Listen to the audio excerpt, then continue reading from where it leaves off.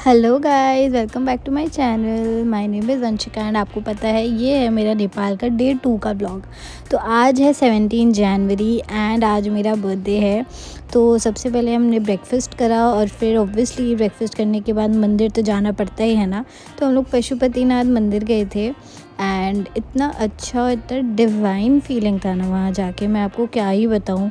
ये पूरे मंदिर का सीन है जो बाहर था, बहुत भीड़ था वहाँ पे, बहुत सारे लोग थे अनएक्सपेक्टेडली। फिर उसके बाद मंदिर के बाद हम लोग गए चंद्रगिरी हिल्स। ये भी वहाँ पे बहुत ज़्यादा फेमस है नेपाल में, मतलब लाइक पूरा एक टूरिस्टी प्लेस है। हम लोग जब गए थे वहाँ इतना ज़्यादा भीड़ था, मैं आपको बता नहीं सकती।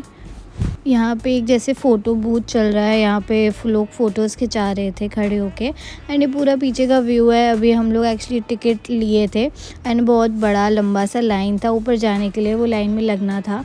तो हम लोग सोचे पहले कुछ खा लेते हैं। फिर खाने के लिए हम लोग सबसे पहले तो खाए burger, French fries and then momo. यहाँ का मोमो मैंने आपको बताया ये इतना ज़्यादा डिलीशियस है, अगर आपने पिछला व्लॉग देखा है तो। और फिर बस हम लोग खाने के बाद लाइन में लग गए हैं चंद्रगिरी हिल्स, क्योंकि ऊपर से ना बहुत सुंदर व्यू है। तो यहाँ से अभी हम लोग जाएंगे केबल कार में। ये आप देख सकते हो इतना लंबा लाइन है और लंबा लाइन आते आते थोड़े टाइम बाद लाइक 15 to 20 मिनट्स में हम लोग का लाइन जैसे थोड़ा आगे बढ़ने लगा और फिर हम लोग बस केबल कार में बैठ ही गए। फिर केबल कार में बैठने के बाद जैसे कि, और एक चीज़ मैं आपको बता दूं कि यहाँ पे केबल कार में जैसे ऑलमोस्ट हर जगह ऐसा होता है कि आपको एक फैमिली आप बैठ सकते हो, बट यहाँ पे क्या होता है जैसे कि एक साइड समझो आप जितने लोग हैं ना यहाँ पे एटलीस्ट 6 लोग तो बैठाते ही है। फिर 8 अगर बैठा दे तो वो वैसे बात है, बट 6 तो बैठते ही है। तो अगर आप सोचो कि आप फैमिली हो और आप एक साइड बैठ जाओ एंड फिर और लोगों को नहीं बैठा, ऐसा नहीं है, बिकॉज़ इतना रश रहता है ना यहाँ पे कि वो लोग चाह कर भी आपको एक सिंगल फैमिली ना भेजे। फिर यही मैं आपको व्यू दिखा रही हूँ। फिर बस हम लोग ऊपर पहुँचने ही वाले थे कि इतना ज़्यादा सुंदर व्यू आप देखो, ये उतना अपन को फिर भी बहुत ज़्यादा क्लियर दिख रहा था, बर्फ़ का पहाड़। और ये रही मैं आपको पीछे दिखा रही हूँ, पूरे चंद्रगिरी हिल्स है ये पूरा। एंड यहाँ से जैसे कैमरा तो उतना नहीं अच्छे से दिखा पा रहा है, बट अगर आप रियल में देखते हैं ना कितना सुंदर, जैसे बर्फ़ का पहाड़ पूरा क्लियरली दिख रहा था। और ये सब जो पहाड़ है ना नीचे से नहीं उतना अच्छे से दिख रहा था, बट अभी दिख ही नहीं रहा था क्लियरली, क्या नीचे से दिख ही नहीं रहा था, ऊपर से ही हम लोग को ये व्यू मिला। और फिर जैसे आप ऊपर आते हो ना, ऊपर आने के बाद ये व्यू पॉइंट था। फिर व्यू पॉइंट के बाद और भी थोड़ा सा ऊपर चढ़ने का था वहाँ पे, और एक्टिविटीज़ एंड मंदिर भी था। तो वहीं पे ही ये वाला जो लॉक था, लोगों ने लॉक्स लगाए थे, विशेज़ वाले लॉक जो यूजुअली लोग लगाते हैं विशेज़ पूरा करने के लिए। एंड ये थोड़ा सा आगे जाके 3-4 जगह में था, बट बिकॉज़ यहाँ पे लॉक मिलता नहीं है, तो अगर आपको भी कर लगाना है तो आपको खुद से कहीं से ख़रीद के लाना पड़ेगा, बिकॉज़ यहाँ पे ऐसा नहीं था कि आप ख़रीद के लगा दो।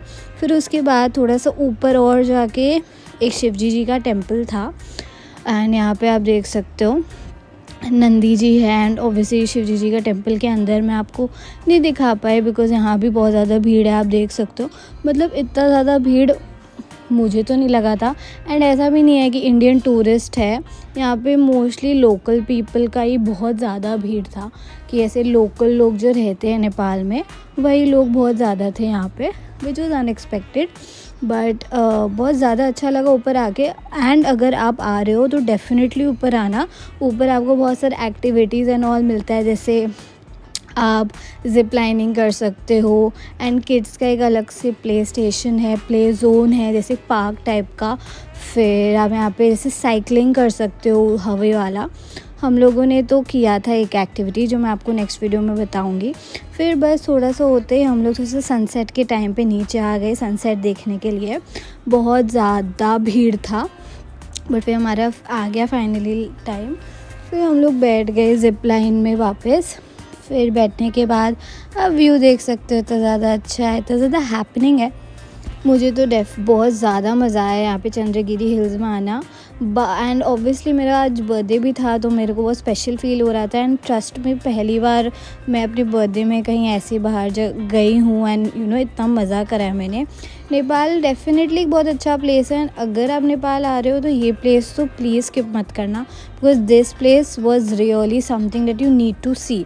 क्योंकि पहाड़ बहुत अच्छे से दिखता है एंड ऊपर बहुत सारे एक्टिविटीज़ है एक अलग टाइप का वाइब है।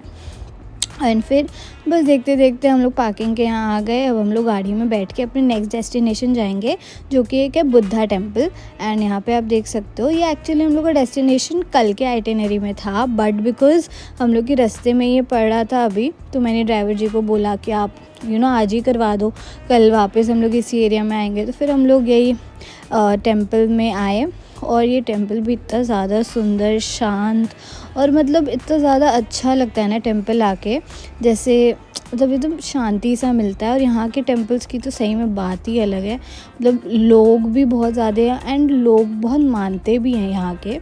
जैसे एक नेपाल एक फ़ॉरेन कंट्री हो गया, बट यहाँ के जितने भी आपको गॉड्स मिलेंगे ना, वो ऐसा नहीं है कि नेपाल का ही है या ऐसा कुछ फ़ॉरेन कंट्री का वैसा, बट इंडियंस भी हम सब मानते हैं।